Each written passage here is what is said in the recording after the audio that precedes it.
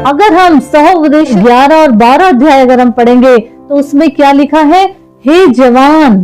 परमेश्वर कह रहे हैं कि हे जवान, क्योंकि जवानी में बहुत आसानी से इंसान भटक जाता है। उनको लगता है ये रास्ता अच्छा है, वो रास्ता अच्छा है, लेकिन हमको ये समझना है कि जहाँ से हमारे अंदर भय आ जाए कि नहीं ये गलत है, उस रास्ते में हमको कभी नहीं चलना है। आगे जाके सिवाय ठोकर के हमें कुछ नहीं मिलेगा। इसीलिए उसी सहोपदेश 11 और 12 अध्याय का अगर हम अध्ययन करेंगे तो उसमें लिखा, हे जवान, अपनी जवानी में ऐश कर, घूम फिर, खा पी, जो करना है कर, पर याद रख जो कुछ तू कर रहा है, जो कुछ तू बांध रहा है, वो मेरे सामने खुल रहा है।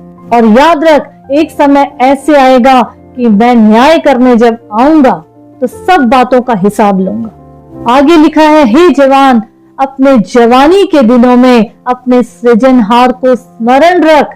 कहीं ऐसा ना हो कि शैतान इतनी बुद्धि भ्रष्ट कर दे कि हम ये बोलने लग जाए, जवान ये कहने लग जाए इन बातों में। किन बातों में?